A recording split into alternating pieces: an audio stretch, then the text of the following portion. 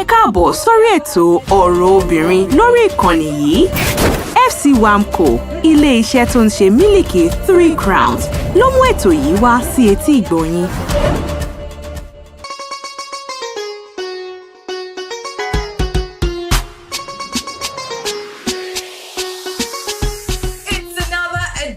Of Women Matters on your favorite radio station. We're glad to be in your city. Good to be here. I am Ronke Giwa Onafuwa. Orúkọ tèmi ni Fọlákẹ́mi White. Ẹ ṣé o tẹ́ darapọ̀ wá lórí ètò ọ̀rọ̀ obìnrin fún títò. Inú wa dùn pa wà lẹ́gbẹ̀ẹ́ yìí. Pẹ́kí.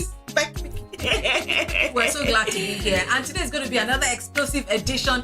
We see all of your messages. Thank you, Joan, Toby. All of you that have said you've been missing us. We're glad to be back. I know we've been away, but we needed that break. Everyone needs a break.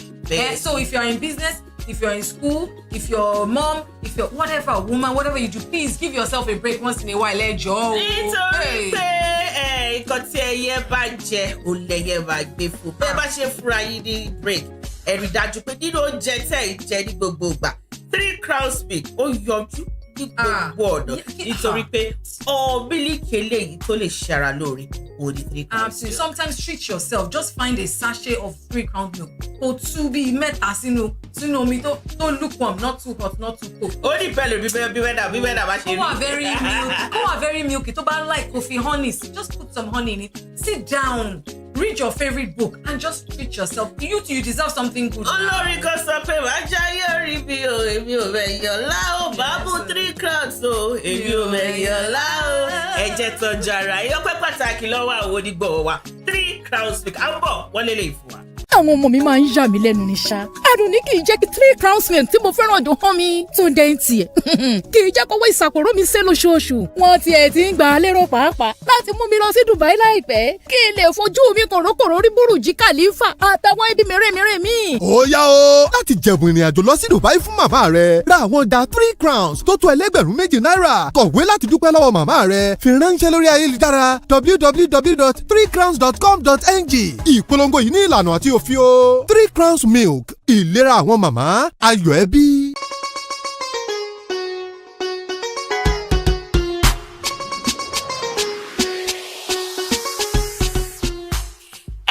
Padà láti ojú ọjà ọpẹ́ pàtàkì lẹ́ẹ̀kan sí lọ́wọ́ àwọn onígbọ̀wọ́ wa àwọn onídùúró wa.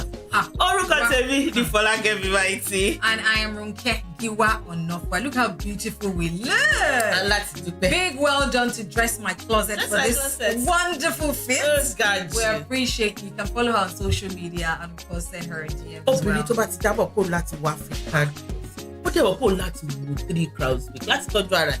Tọ́jú ọkọ, tọ́jú ọbọ, ẹ ṣeun. Exactly. And you know, I started off by saying that women, we need to take care of ourselves too. And I think that taking care of yourself is not just buying yourself luxury items, going on holiday, but building your self-esteem, which is what we're going to be focusing on today. Obìnrin láti wọ bí ó ṣe máa jẹ́ kí ìyá ara ẹ̀ kó wà on the top gear. Exactly. Because àwọn ọkùnrin wa pàápàá wọn ní wọ̀ọ̀dọ̀ obìnrin tí ò mọ bó ṣe lè bùkún ìyá rẹ̀ wọ́n ní wọ̀ọ̀dọ̀ wọ́n kò ní láìkí ara ẹ̀. There are always people who are waiting, looking for rug to step on. So if you put yourself on the floor anyhow, there are people who will regularly trample on you. So it's how you carry yourself. And we're going to talk about the way. So if you're a woman here, maybe you are suffering from low self-esteem. Certain things have happened to you in the past. Maybe you are divorced. Maybe you were abused. Whatever. Trust that you can build up your self-esteem again. Because I believe every woman must have a good self-esteem. Whether you're single, whether you're married, if you're around people or around certain things that keep bringing down your self-esteem, that's a red flag. Ìyẹn ni ìtọ́wò fóun tá a ní lọ́jọ́ ti tòní lórí ètò ọ̀rọ̀ obìnrin. Ẹ ti mọ̀ pípẹ́ àwọn onígbọ̀wọ́ wa. Wọ́n wà lórí gbogbo social media platform. Facebook wà bẹ̀, Twitter wà bẹ̀, Instagram wà bẹ̀, YouTube wà. Kò síbi tẹ́ ẹ ti wá 3 Crowns. Absolutely. And we want you to follow us all across our social media platforms because there's lots to give away. We have goodie bags. We have 3 Crowns milk. That in every season, we want to gift you. So the only way you can be part of our winners is if you're part of this family. This family is full of wise people, sensible people, amazing people. So wherever you see us, please contribute, whether in the comment section, whether via text, whether by calling, just contribute and that will earn you a chance, to win something. Ẹ jẹ́ tún jà yìí sí. Ẹ bá tẹ̀lé 3 Crowns milk. ní gbogbo social media platform. Ẹ ti mọ̀ pé ojú wa báyìí ó wà lẹ́yìn. Tẹ́ bá tẹ̀ jẹ́rí tó ń wò dáadáa tẹ́ farabalẹ̀. Ẹ ti mọ̀ pé kò sí ìlú tí 3 Crowns mi kò ní. Tẹ́ bá ti wọ ilé ìtajà tó gbafẹ́ nílùú títí yìí, èyí tí ò gbafẹ́ gan, 3 Crowns wà bẹ́ẹ̀. Ẹ jọ̀ọ́ ẹ dájú wípé ẹ yọ mílíkì eléyìí tó dára jùlọ láàyò 3 Crowns. And I think the best way to listen to us really is to just have your mug of milk or tea or whatever, or tapioca or pap, and just enjoy this conversation. Over sunshine. That's the best way to listen to us, because sometimes we'll make you laugh, sometimes we'll even annoy you, because I know we'll have some opinions sometimes that'll just make you think about your own question, but we're all different, and that's what makes us all beautiful. Ṣé wá rí lọ́jọ́ tòní àti ló jẹ́ kékeré kan ilé ìtasìn fún yìí tàbá fẹ́kẹ́ ìdọ̀kẹ́ tó kọ́pì lọ́sẹ̀ tó lọ a rí àwọn feedback àwọn bíi mélòó kan tó sọ fún wa.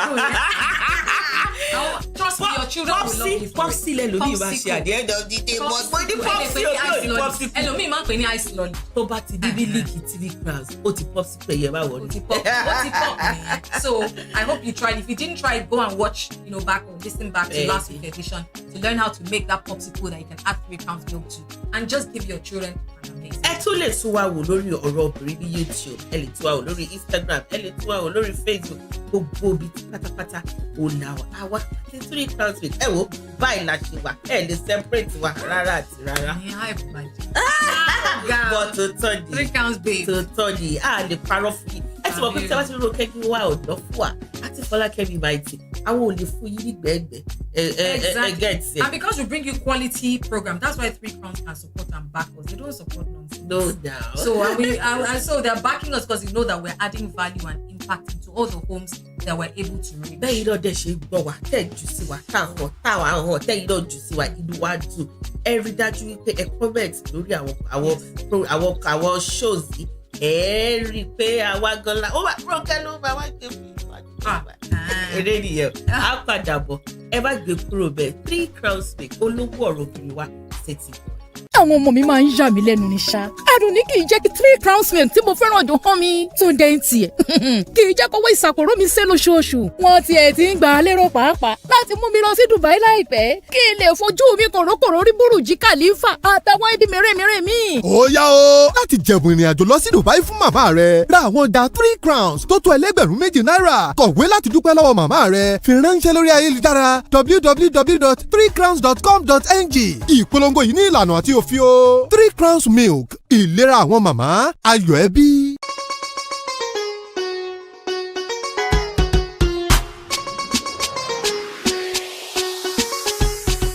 Welcome back to Women Matters, because when it matters to women, it matters to all. That's right. So what we're talking about today, we're glad that we're already seeing comments, but I'd like us to start with just even talking about self-esteem. Some people mistaken self-esteem for pride. Some people, when they say a woman that's confident in herself, who loves herself, who affirms herself, they think, and people even say, your self-esteem is too high.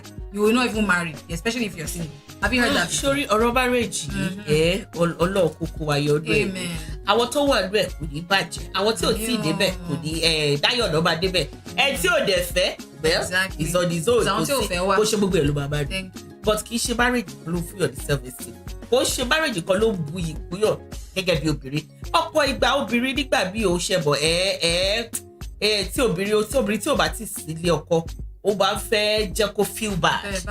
A rò pé o tẹ́gbẹ́, a rò pé wọ́n ní respect o tó, wọ́n ní buyì kó o tó. And of course, because society also treats people like that. I know certain people with money, married woman, but single lady did. Bẹ́ẹ̀ni o, in fact nígbà míì tí o bá lọ sí supermarket àbí bóyá o lọ ra nǹkan tó fẹ́ kọ receipt fún ẹ ọlọ́ba lọ ṣẹ́ tó lọ ra ju nǹkan 5,000 naira lọ ra nǹkan bíi 50,777 naira wọ́n fẹ́ kọ àdírẹ́sì àbí receipt wọ́n á bí ẹ pé Mrs. Kini ó ṣe láti jẹ́ Mrs. Kini. Ẹ má jẹ́ kí àwọn ọkọ yẹn kó jẹ́ kí iyì tó wà ní orí wa ní ara wa kó reduce. Àwọn ò tàbùkù marriage o, àwa support good marriage. Absolutely. Ṣùgbọ́n àwọn ọkọ wo yóò lè jẹ́ kí obìnrin ó rò pé iyì tó wà lórí òun kò tó ó làwọn ọkọ tá a fẹ́ sọ̀rọ̀ pa lónìí. Ní àkọ́kọ́ obìnrin láti help rẹ̀ láti bu ìyókù rẹ̀ nípa wípé ogan ó develop rẹ̀ kì í ṣe gbogbo alábàá kàwé o ìwé mélòó tiẹ̀ làwà kà àwọn kan wà tọ́gbọ́n mi ní ìsìn tó jẹ́ pé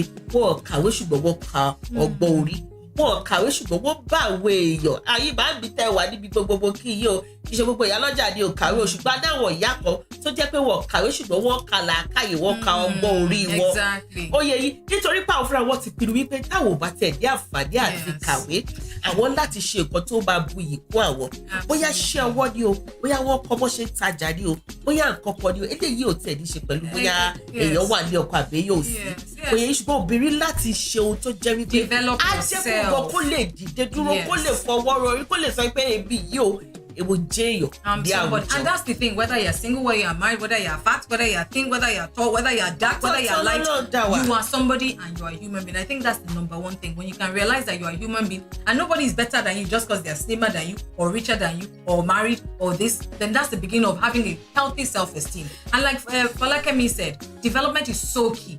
And Nigeria is the only few places where certificates is still such a huge deal.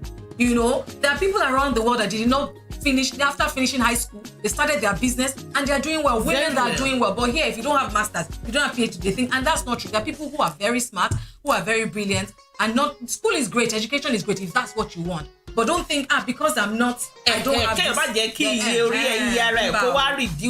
Nítorí pé kò lọlé bí mo ṣe ń sọ lọ èèyàn lè bá ka ìwé tó bí àwọn ẹgbẹ́ àbí àwọn tí ó wà ní àwùjọ ìṣèkà ìwé ṣùgbọ́n kí ló ní lọ́wọ́ tó lè pè ní títí ẹ kí ló ní lọ́wọ́ tó lè jẹ́ kí ìwọ gan kó yọrí láàrin àwọn èèyàn tó wà around there. You are self-sufficient. There's something about self-sufficiency where you don't have to always beg people. The moment you have to always beg people for things, that will lower your self-esteem. But people will think, they have something above you, over you. So do something for yourself that makes you sufficient. There is only God and you, that whatever you need for yourself, you're able to provide for. I don't think, and I know that women feel like, I'll be able to provide for myself when there's a man that'll provide for me. As a woman, even as a single person, there are certain things you'll be able to do for yourself.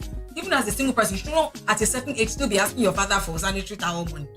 At a certain age, you have to do so. So don't wait until you are married. Another man after your father will now come and take care of you. Iṣẹ́ ọwọ́ pé oríṣiríṣi. A rí àwọn tí lọ, èèyàn kan ló rẹ́lẹ̀ ìta àwọ̀ ẹ̀. Àwọn tó ń ṣe ojúlóge, àwọn náà wà bẹ́ẹ̀. Àwọn tó ń ṣe irun, àwọn náà wà bẹ́ẹ̀. Àwọn tó ń iṣẹ́ ọwọ́ oríṣiríṣi. Àti ẹ̀ ti rí àwọn obìnrin.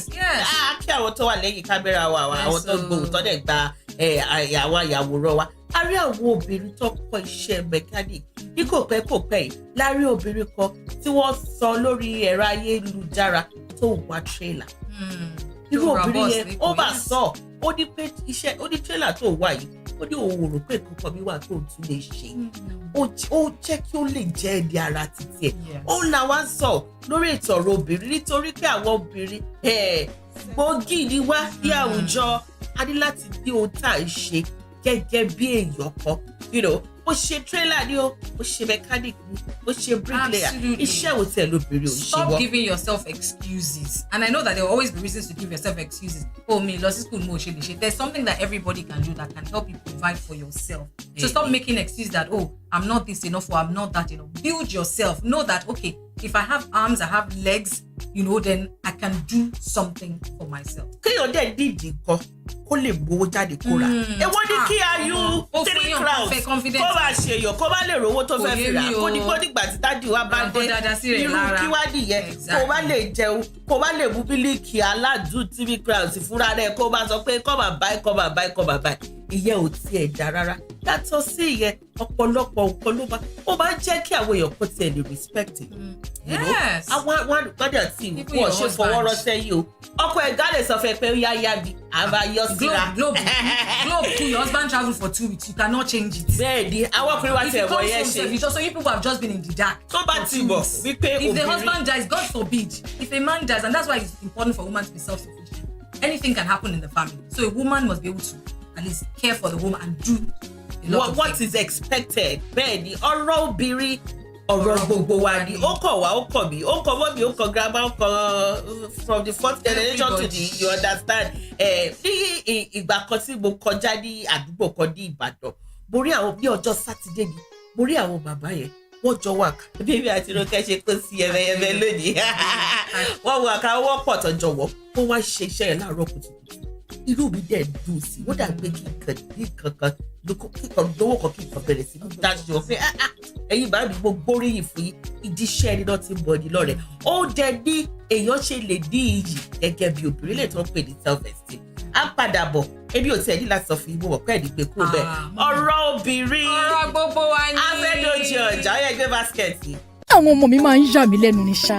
Àdùnní kì í jẹ́ kí 3 crowns milk tí mo fẹ́ràn jù hàn mi. Túndé ń tiẹ̀ kì í jẹ́ kówó ìsàkóró mi sé lóṣooṣù. Wọ́n tiẹ̀ ti ń gbà á lérò pàápàá láti mú mi lọ sí Dubai láìpẹ́ kí n lè fojú mi kòrókòró rí Burj Khalifa àtàwọn ibi mèremère mi. ó yá o láti jẹ̀bùn ìrìn àjò lọ sí Dubai fún màmá rẹ ra àwọn ọjà 3 crowns tó tó ẹlẹ́gbẹ̀rún méjì náírà kọ̀wé láti dúpẹ́ lọ́wọ́ màmá rẹ fi ránṣẹ́ lórí ayélujára www.3crowns.com.ng ìpolongo yìí ní ìlànà àti òfin o 3 crowns milk ìlera àwọn màmá ayọ̀ ẹbí.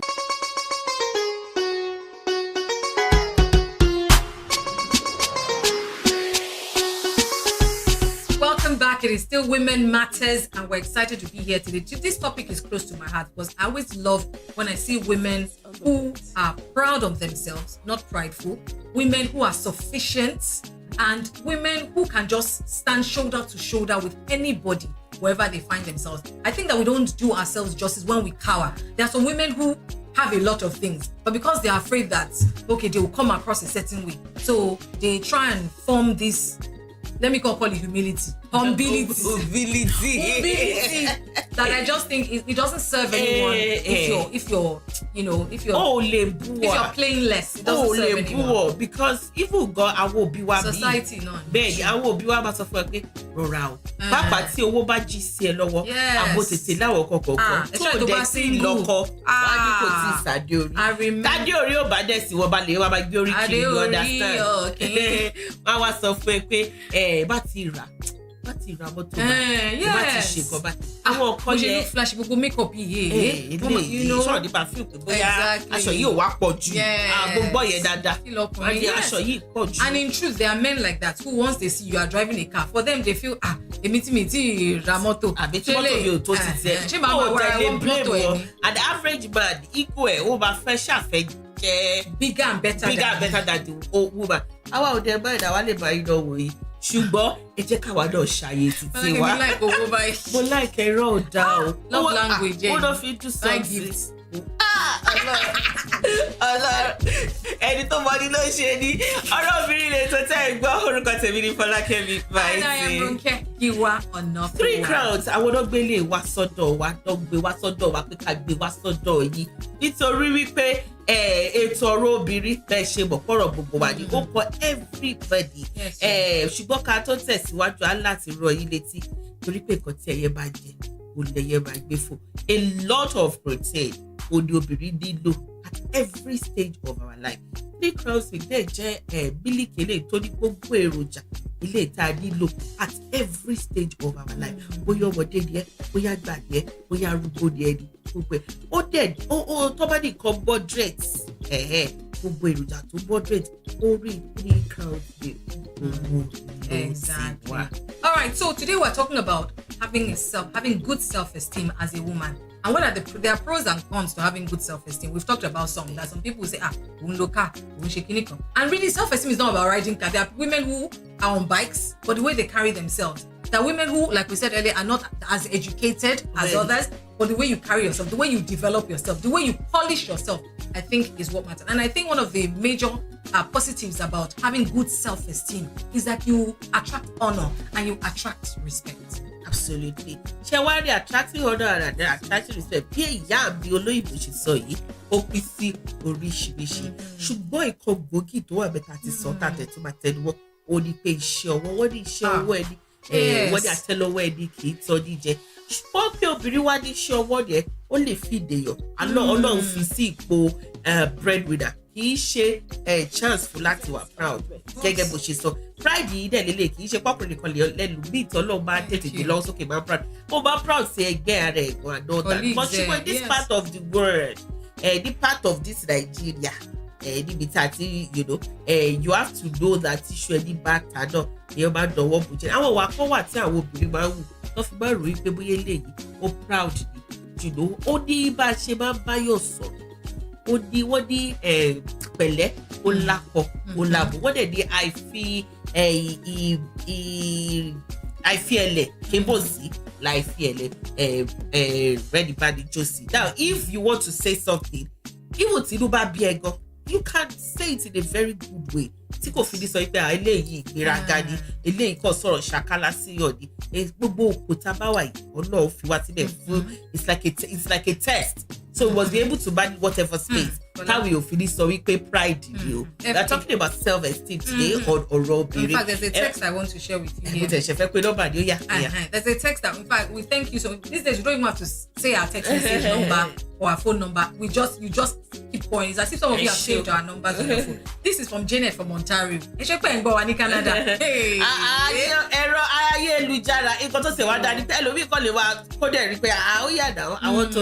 Thank you so much. So bad ball story. Anyway, let me Yoruba lecture of Iko. Let me paraphrase what she said. So Janet my name is Janet I live in Ontario, and I've just come out of an abusive relationship, meaning so of course my self-esteem has gone down a lot. Now, can you advise me on how to get my self-esteem back up? If you are suffering, nítorí pé ibi tí wà dúró Sherry, say your power in the relationship to abusive, only best but you're completely. You understand? It can be o gbọ́dọ̀ recognize it as abuse and not love. Yes. Because you have to recognize it as abuse and not love. Not love. Nítorí ọkùnrin mi wá sọ fẹ́ wípé ìfẹ́ tó ní sẹ́ ló ṣe gbá ẹ lójú gbá ẹ nínú. Kò lè work. You understand? That is ìkíní. Ìkejì ni wípé lẹ́yìn tí ó bá ṣẹlẹ̀ sí ẹ tán, immediately I would say cut off from such person. Bí o mọ level tí relationship yẹn wà, bóyá ti fẹ́ra ìsílẹ̀, bóyá promise yìí lọ video bí o mọ, but you must first of all cut off from that person. Ó lè padà lọ bá o in most cases tí kò kì í sábà dá tẹ́lẹ̀ ẹ̀gọ́ ti promise pé kò ní fọwọ́ kẹ́ ẹ̀mọ́ tí ò dẹ̀ fọwọ́ kọ́ ẹ̀ mo lè padà lọ bá ṣùgbọ́n kọ́kọ́ yẹra fún èèyàn bẹ́ẹ̀ náà kó lè mọ iyì ẹ̀. Exactly. Then I now want to say for yourself, now start to tell yourself that it was not your fault. When you're formulating with them, it's my fault. No, it's the person's fault. Any adult, and the fact that they've struck you in the face or beat you, they should take responsibility. You should not take responsibility for somebody else's action. So first of all, tell yourself it was not my fault. That person is a panel beater, wife beater. Not a nasty person. So when you resolve yourself of that blame, that guilt, you will now start the job of recovery, of realizing that okay, I don't deserve that.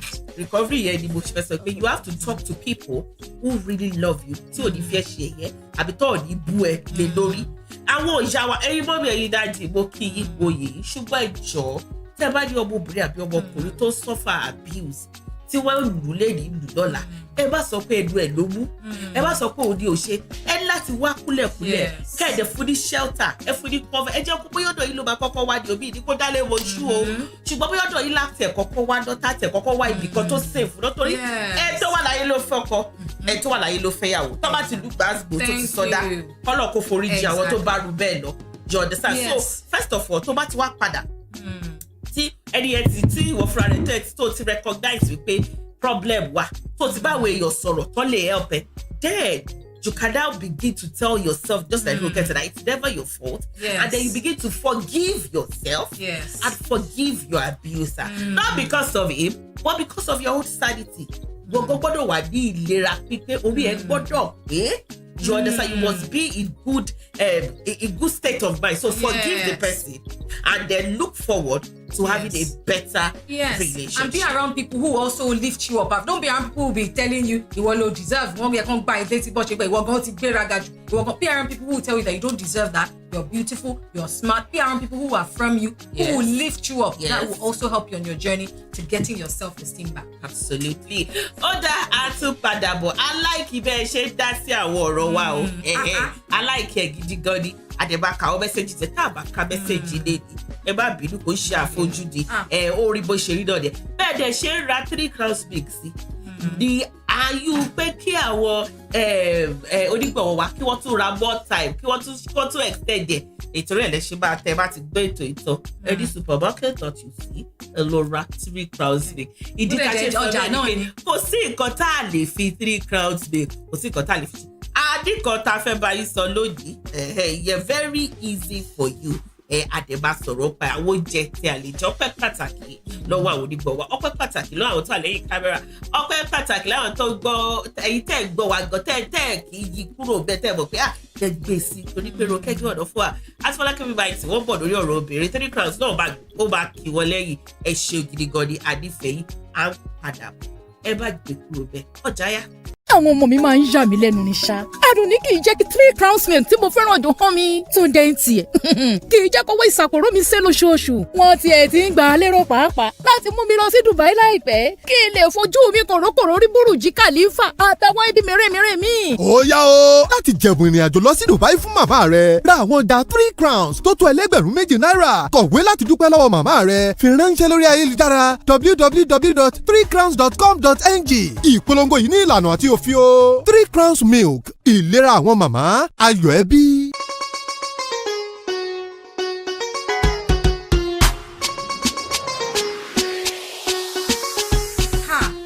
kò sásìkò bọ̀ o àti rò pàmò àti oúnjẹ lónìí ṣùgbọ́n ẹ bá wọ̀ rí lọ́sẹ̀ tó bọ̀ rẹ́sípì tá a wá fún ìtẹ̀lé ló 3 crowns mix fún yẹn àbábúwá ṣe ti gbọ̀ yìí ẹ ṣeun tẹ̀ gbọ́ wa àdìfẹ́ yìí gidi gan ni ọ̀rọ̀ obìnrin ọ̀rọ̀ gbogbo wa ni o when it matters to women it matters to all. ẹ ṣeun tẹ̀ gbọ́ wa á rí lọ́sẹ̀ tó bọ̀ orúkọ tèmi ní Fọlákẹ́mi Ronke Giwa Ọ̀nàfùwà.